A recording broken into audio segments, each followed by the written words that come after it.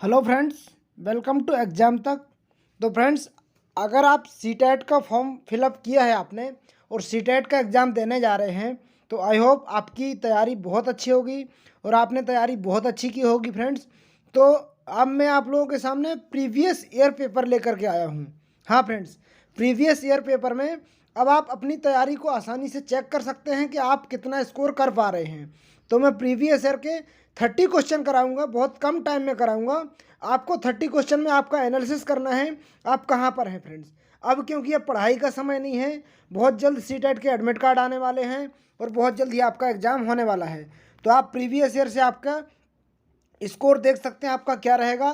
तो अगर आप चैनल पर नए हैं तो इसको सब्सक्राइब कर लीजिए। यहाँ पर प्रीवियस ईयर पेपर और शिक्षक भर्ती संबंधित तैयारी करवाई जाती है फ्रेंड्स।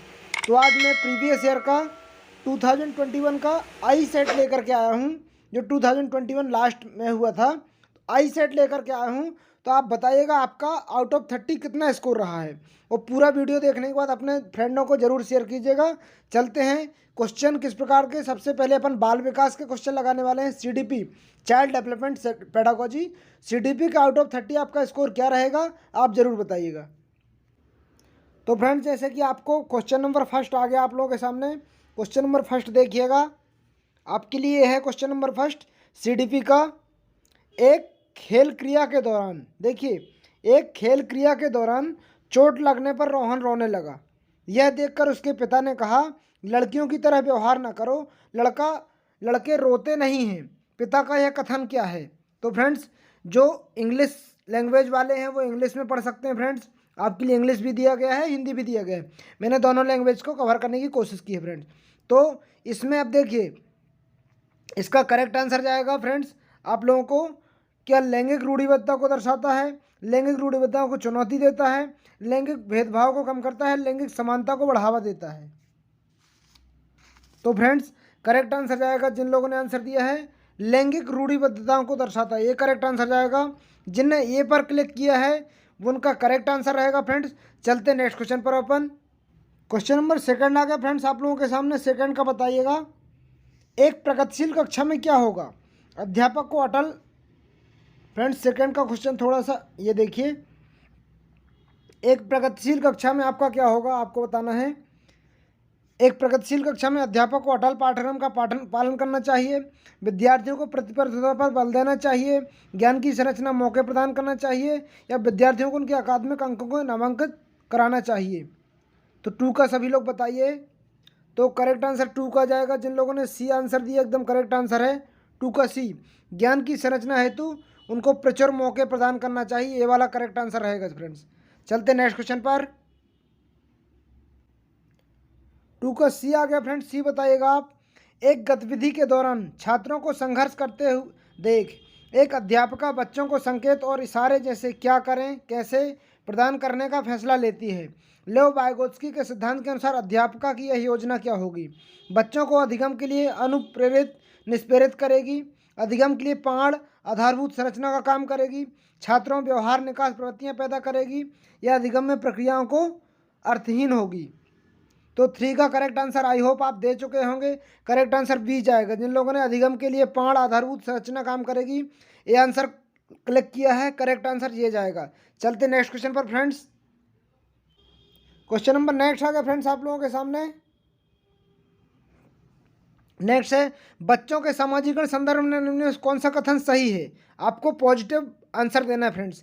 विद्यालय समाजीकरण का एक द्वितीयक कारक है और परिवार समाजीकरण का एक प्राथमिक कारक है। मतलब विद्यालय द्वितीयक है, परिवार प्राथमिक है, आपको बताना है। या विद्यालय समाजीकरण का प्राथमिक कारक है, समकक्षी समाजीकरण का द्वितीयक कारक है। ये समकक्षी समाजीकरण का प्राथमिक है, परिवार समाजीकरण का द्वितीयक है। परिवार एवं जन दोनों समाजीकरण हैं। तो करेक्ट आंसर फ्रेंड्स आएगा, जिन लोगों ने विद्यालय समाजीकरण का द्वितीयक है और परिवार प्राथमिक कारक है, एक करेक्ट आंसर जिन लोगों ने दिया है एकदम करेक्ट है। चलते नेक्स्ट क्वेश्चन पर।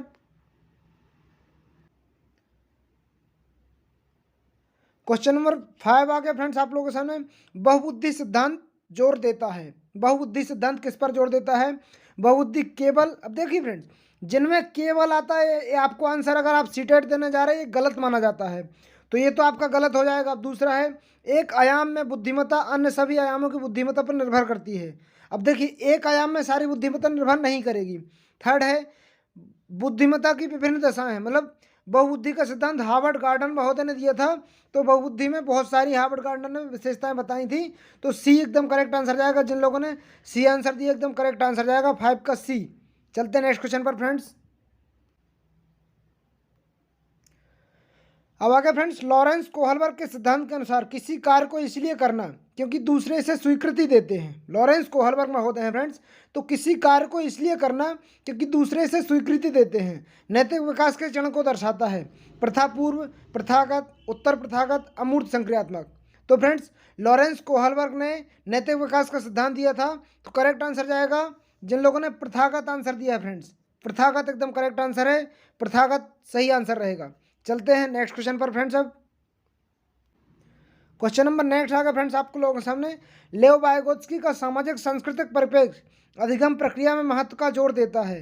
सांस्कृतिक उपकरण, गुणारोपण, अभिप्रेरण, संतुलीकरण। तो 7 का करेक्ट आंसर जाएगा ए। जिन लोगों ने सांस्कृतिक उपकरण आंसर दिया एकदम करेक्ट आंसर फ्रेंड्स। सांस्कृतिक उपकरण। लेव वाइगोत्स्की सामाजिक लिखा रहता फ्रेंड्स, जहाँ पर सामाजिक की बात होगी वहाँ पर लेव वाइगोत्स्की महोदय आएगा आंसर। तो आप अगर आप सीटेट देने जा रहे हैं, कोई भी टेट देने जा रहे हैं, तो सामाजिक में लेव वाइगोत्स्की महोदय का आंसर क्लिक कीजिएगा। चलते नेक्स्ट क्वेश्चन पर। क्वेश्चन नंबर नेक्स्ट आएगा फ्रेंड्स। जीन पियाजे अपने संज्ञानात्मक विकास के सिद्धांत में संज्ञानात्मक संरचनाओं के रूप में वर्णित करते हैं। फ्रेंड्स, जीन पियाजे के महोदय में आपको बताना है जीन पियाजे ने क्या दिया था। तो मनोवैज्ञानिक उपकरण, उद्दीपक अनुक्रिया का सिद्धांत, एसआर थ्योरी किसने दी थी फ्रेंड्स। तो एसआर किसने दी थी, थॉर्नडाइक महोदय ने। जेडपीडी किसने दिया था, वाइगोत्स्की महोदय ने। अब देखिए यहाँ से आप जेडपीडी किसने दिया था, तो लेव वाइगोत्स्की महोदय ने जेडपीडी दिया था। एसआर थ्योरी किसने दी थी, थॉर्नडाइक महोदय ने। मनोवैज्ञानिक उपकरण नहीं दिए थे। स्कीमा शब्द जीन पियाजे महोदय ने दिया था। तो डी करेक्ट आंसर जाएगा। और फ्रेंड्स, अगर यही पूछा जाता तो एमपी टेट में पूछा गया था जेंडर स्कीमा शब्द किसने दिया था, तो सांड्रा वेम ने। अगर जेंडर लग जाता यहाँ पर तो सांड्रा वेम अमेरिका के मनोवैज्ञानिक है, वो आंसर आता फ्रेंड। तो प्रश्न को बड़े ध्यान से देखिएगा, तभी आंसर आप सही कर पाएंगे। चलते नेक्स्ट क्वेश्चन पर।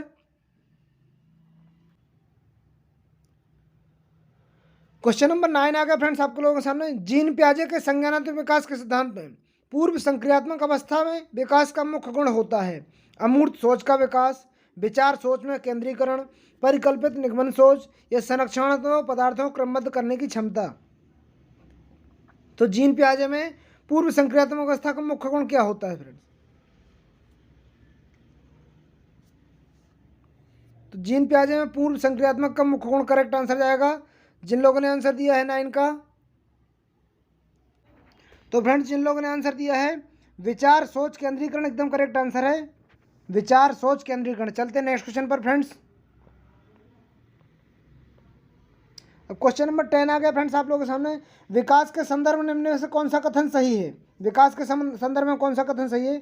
विकास की दर सभी संस्कृतियों में सभी के लिए समान होती है। तो फ्रेंड्स, ये बिल्कुल नहीं हो सकता। विकास केवल विद्यालय में होने से अधिगम, ये बिल्कुल भी नहीं हो सकता। विकास केवल बाल्यावस्था में, ये बिल्कुल भी नहीं हो सकता फ्रेंड्स। तो 10 का करेक्ट आंसर जाएगा डी। जिन लोगों ने देखिए केवल जहाँ पर आता है, अगर आप सीटेट देने जा रहे हैं फ्रेंड्स, जहाँ पर केवल आता है वो पूरा आंसर गलत रहता है। तो विकास बहुआयामी होता है, एकदम करेक्ट आंसर जाएगा डी। चलते नेक्स्ट क्वेश्चन पर। अब फ्रेंड्स, क्वेश्चन नंबर 11 आ गया आप लोगों के सामने। 11 का बताइएगा। जन्म से किशोरावस्था तक बच्चों में विकास का क्रम होता है। ये जीन पियाजे महोदय की अवस्थाएं दी हैं फ्रेंड्स। सांवेदिक, मूर्त, अमूर्त, अमूर्त सांवेदिक, मूर्त, मूर्त अमूर्त सांवेदिक, अमूर्त मूर्त सांवेदिक। तो करेक्ट आंसर फ्रेंड्स 11 का जिन लोगों ने जाएगा, पहली होती इंद्रिय जनित कामक अवस्था, इसको सांवेदिक बोलते हैं, फिर मूर्त होती फ्रेंड्स, फिर अमूर्त होती है। फर्स्ट करेक्ट आंसर जाएगा। चलते नेक्स्ट क्वेश्चन पर। क्वेश्चन नंबर 12 आ गया फ्रेंड्स आप लोगों के सामने। 12 का बताइएगा। एक प्रगतिशील कक्षा में व्यक्तिगत विभिन्नताओं को किस प्रकार देखा जाना चाहिए। अधिगम की प्रक्रिया में बाधा, अध्यापक के पक्ष पर असफलता, योग्यता आधारित समूह बनाने का मापदंड, अध्यापन अधिगम की योजना। तो 12 का फ्रेंड करेक्ट आंसर जाएगा जिन लोगों ने 12 का आंसर दिया है डी। अध्यापन अधिगम प्रक्रिया को महत्वपूर्ण एकदम करेक्ट आंसर है डी। चलते नेक्स्ट क्वेश्चन पर। एक समावेशी कक्षा में पर जोर चाहिए। प्रदर्शन अभिमुखी लक्ष्यों में, अभिवेदी समरूपी निर्देशों में, सामाजिक पहचान के आधार पर छात्रों के अलगाव या हर बच्चे को समर्थ अधिगम अवसर प्रदान कराने में। तो 13 का करेक्ट आंसर डी जाएगा। जिन लोगों ने हर बच्चे को समर्थ अधिगम को अधिकतम अवसर प्रदान कराना आंसर दिया, एकदम करेक्ट आंसर है डी। डी एकदम करेक्ट आंसर है। चलते नेक्स्ट क्वेश्चन पर। दिव्यांगजन अधिकार अधिनियम 2016 के अनुसार निम्न में से किस शब्दावली का प्रयोग उपयुक्त है? मंदित छात्र, विकलांग छात्र, छात्र जिसे शारीरिक दिव्यांगता है, छात्र जिसका असरक्त शरीर है। तो 14 का करेक्ट आंसर जाएगा। जिन लोगों ने 14 का आंसर दिया है सी, छात्र जिसे शारीरिक दिव्यांगता है, आंसर करेक्ट जाएगा। जिसे शारीरिक दिव्यांगता है, एकदम करेक्ट आंसर जाएगा सी। चलते नेक्स्ट क्वेश्चन पर। क्वेश्चन नंबर 15 आ गया है। अधिगम कठिनाइयों में जूझते छात्र की जरूरतों को संबोधित करने के लिए एक अध्यापक को क्या नहीं करना चाहिए? फ्रेंड्स, नेगेटिव बात पूछी जा रही है, तो आपको नेगेटिव में ध्यान देना चाहिए। क्या नहीं करना चाहिए? तो 15 का करेक्ट आंसर बताइए आप लोग। तो 15 का आंसर सभी लोग दे चुके होंगे, आई होप। श्रव्य दृश्य सामग्रियों का इस्तेमाल, संरचनात्मक शिक्षा शास्त्री उपागम का इस्तेमाल, व्यक्तिगत शैक्षिक योजना बनाना या शिक्षा शास्त्र आकलन को जटिल संरचनाओं का उपयोग। तो कभी भी फ्रेंड्स बच्चों के लिए जटिल संरचनाओं का उपयोग बिल्कुल भी नहीं करना चाहिए, ये पूरा एकदम गलत रहता है। चलते नेक्स्ट क्वेश्चन पर फ्रेंड्स। सृजनात्मकता की पहचान प्रमुख लक्षण क्या है? फ्रेंड्स, सृजनात्मकता की पहचान का लक्षण क्या है? तो बुद्धि कैसी होती है? अपसारी होती फ्रेंड, अभिसारी होती है। सृजनात्मकता कैसी? अपसारी चिंतन, एकदम करेक्ट आंसर जाएगा। जिन लोगों ने 16 का बी आंसर दिया, एकदम करेक्ट है। चलते नेक्स्ट क्वेश्चन पर। क्वेश्चन नंबर 17 आ गया आप लोगों के लिए फ्रेंड्स। विविध पृष्ठभूमियों के अधिगमकर्ताओं को संबोधित करने हेतु एक अध्यापक को चाहिए। विविधता संबंधी मुद्दों पर बातचीत टालनी चाहिए। विविध विन्यासों से उदाहरण लेने चाहिए। सभी के मानकीकृत आंकड़ों का इस्तेमाल करना चाहिए। ऐसे कथनों का इस्तेमाल करना चाहिए जो नकारात्मक रूढ़िबद्ध धारणाओं से मजबूत हों। 17 का बी करेक्ट आंसर जाएगा। विविध विन्यासों के उदाहरण लेने चाहिए, मतलब बच्चों को छोटी छोटी चीज़ों के उदाहरण दे करके समझाया जाना चाहिए, ये करेक्ट आंसर होगा फ्रेंड्स। चलते नेक्स्ट क्वेश्चन पर। समस्या समाधान क्षमताओं को किस प्रकार का सुसाध्य किया जा सकता है? फ्रेंड्स, समस्या समाधान को बच्चों को किस प्रकार समझाया जा सकता है? लगातार अभ्यास और कार्यान्वयन पर जोर देकर, समस्याओं को हल हेतु अटल प्रक्रिया इस्तेमाल कर, समरूपों को इस्तेमाल को बढ़ावा देकर, विद्यार्थियों की डर की भावना पैदा कर। 18 का करेक्ट आंसर सी जाएगा। जिन लोगों ने समरूपों के इस्तेमाल को बढ़ावा देकर, फ्रेंड बच्चों को जितना ज़्यादा आप बढ़ावा देंगे उतना ज़्यादा बच्चे सीखने की कोशिश करेंगे। चलते नेक्स्ट क्वेश्चन पर। क्वेश्चन नंबर 19 आ गया फ्रेंड्स आप लोगों के सामने। अधिगम की अवप्रेरणा को किस प्रकार कायम रखा जा सकता है? अधिगम को किस प्रकार कायम रखा जा सकता है? बच्चों को दंड देकर, प्रवीणता अभिमुखी लक्ष्यों पर जोर देकर, बच्चों को बहुत आसान क्रियाकलाप देकर, यंत्रवत याद करने पर जोर देकर। तो देखिए, कभी भी बच्चों को याद नहीं करवाना है, याद नहीं करवाना तो ये वैसे ही गलत होगा। बच्चों को कभी भी दंड नहीं देना फ्रेंड्स, तो ये वैसे ही गलत हो गया। अब आपके सामने प्रवीणता अभिमुखी लक्ष्यों को जोर देकर बहुत आसान क्रियाकलाप, मतलब बच्चों को आप बहुत आसान क्रियाकलाप भी नहीं समझाते, तो करेक्ट आंसर प्रवीणता अभिमुखी लक्ष्यों, उनके लक्ष्य को ध्यान में रख करके उनको बताना चाहिए फ्रेंड्स। तो 19 का बी करेक्ट आंसर जाएगा। चलते नेक्स्ट क्वेश्चन पर। अब शर्मिंदगी फ्रेंड्स, बच्चों को शर्मिंदगी नहीं लगनी चाहिए, आपको इस पर ध्यान देना है। का संज्ञान से कोई संबंध नहीं है, शर्मिंदगी का संज्ञान से कोई, बिल्कुल शर्मिंदगी का संबंध है फ्रेंड्स। अगर बच्चा शर्मिंदगी हो जाएगा तो पढ़ेगा नहीं। शर्मिंदगी का संज्ञान पर नकारात्मक प्रभाव पड़ता है। हाँ फ्रेंड्स, अगर आप बच्चों शर्मिंदगी से आप बोलेंगे तो उनमें नकारात्मक प्रभाव पड़ेगा, ये करेक्ट आंसर जाएगा बी। यूनिट 20 का बी आंसर दिया, एकदम करेक्ट है। चलते नेक्स्ट क्वेश्चन पर। Question number 21। निम्न में से अध्यापन अधिगम का सबसे प्रभावशाली माध्यम कौन सा है? विषय वस्तु को यंत्रवत याद रखना, देखिए याद करने की बात होगी, बिल्कुल गलत कर देना आपको। संकल्पना के बीच संबंध खोजना, हाँ ये हो सकता है। बिना विश्लेषण अवलोकन करना, बिना विश्लेषण के अवलोकन नहीं कर सकते फ्रेंड्स, और नकल भी नहीं कर सकते, तो करेक्ट आंसर जाएगा बी। जिन लोगों ने संकल्पना के बीच संबंध खोजना आंसर दिया, एकदम करेक्ट है। चलते नेक्स्ट क्वेश्चन पर। Question number 22।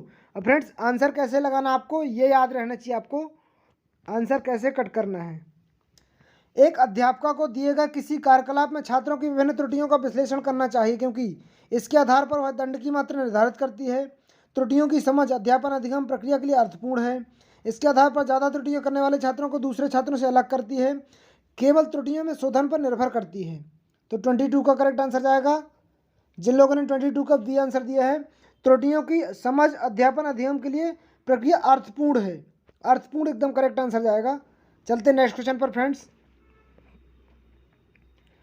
बच्चों के सीखने में कठिनाई होती है। बच्चे सीखने में कठिनाई क्या अनुभव करते हैं?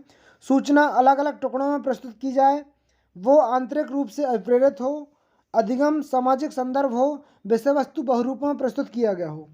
तो 23 का करेक्ट आंसर जाएगा फ्रेंड्स। जिन लोगों ने 23 का डी आंसर दिया है, एकदम करेक्ट आंसर उन लोगों का डी, विषय वस्तु को बहुरूपों में प्रस्तुत किया जाए। चलते नेक्स्ट क्वेश्चन पर।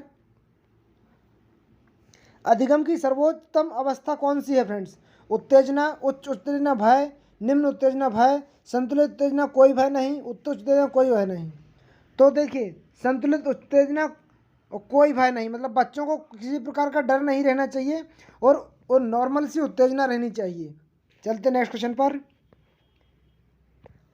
अधिगम का संरचनात्मक विचार यह सुझाव देता है कि ज्ञान की संरचना में बच्चों की कोई भूमिका नहीं होती। बच्चे पूर्ण रूप से वयस्कों पर निर्भर रहते हैं।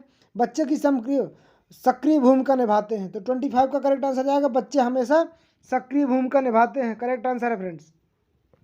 बच्चे हमेशा सक्रिय भूमिका निभाते हैं, सी करेक्ट आंसर रहेगा। चलते नेक्स्ट क्वेश्चन पर। अधिगम के लिए निम्न में से कौन सी धारणा उपयुक्त है? योग्यता सुधार है, योग्यता अटल है, प्रयासों से कोई फर्क नहीं पड़ता, असफलता अनियंत्रित है। 26 का ए करेक्ट आंसर जाएगा। जिन लोगों ने ए आंसर दिया एकदम करेक्ट है। योग्यता सुधार है, एकदम करेक्ट आंसर है। अधिगम के लिए हमेशा योग्यता को सुधारा जा सकता है। चलते नेक्स्ट क्वेश्चन पर। निम्न में से कौन सी परिपाटी विद्यार्थियों में संकल्पनात्मक समझ की बढ़ोतरी करने के लिए सहायक है? प्रतिस्पर्धाएं, पाठ्य पुस्तक केंद्रित शिक्षा शास्त्र, बारंबार परीक्षाएं, अन्वेषण और संवाद। तो 27 का करेक्ट आंसर जाएगा। जिन लोगों ने 27 का आंसर दिया है डी, अन्वेषण और संवाद, एकदम करेक्ट आंसर फ्रेंड्स। चलते नेक्स्ट क्वेश्चन पर। क्वेश्चन नंबर 28 आ गया फ्रेंड्स आप लोगों के सामने। एक कार्य के दौरान साइना स्वयं से बात कर रही है। वह कार्य को किस प्रकार प्रगति कर सकती है कि लेओ वाइगोत्स्की की भाषा और चिंतन के बारे में विचारों के अनुसार व्यक्तिगत वॉक दर्शाता है।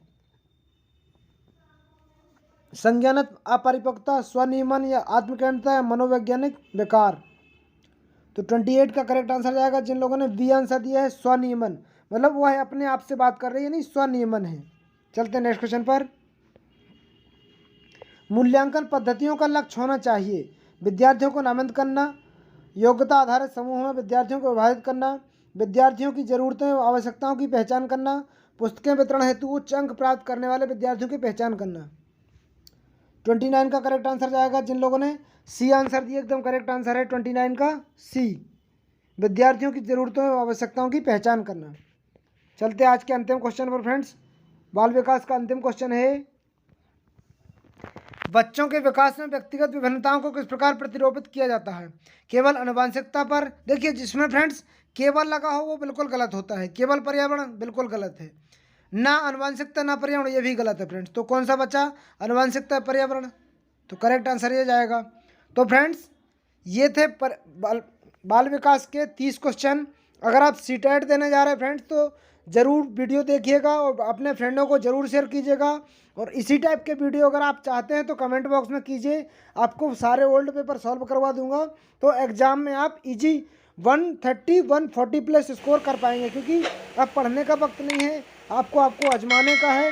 तो अगर आप चैनल पर नए हैं तो सब्सक्राइब कर लीजिएगा, अपने मित्रों को ज़रूर शेयर कीजिएगा। जय हिंद, जय भारत।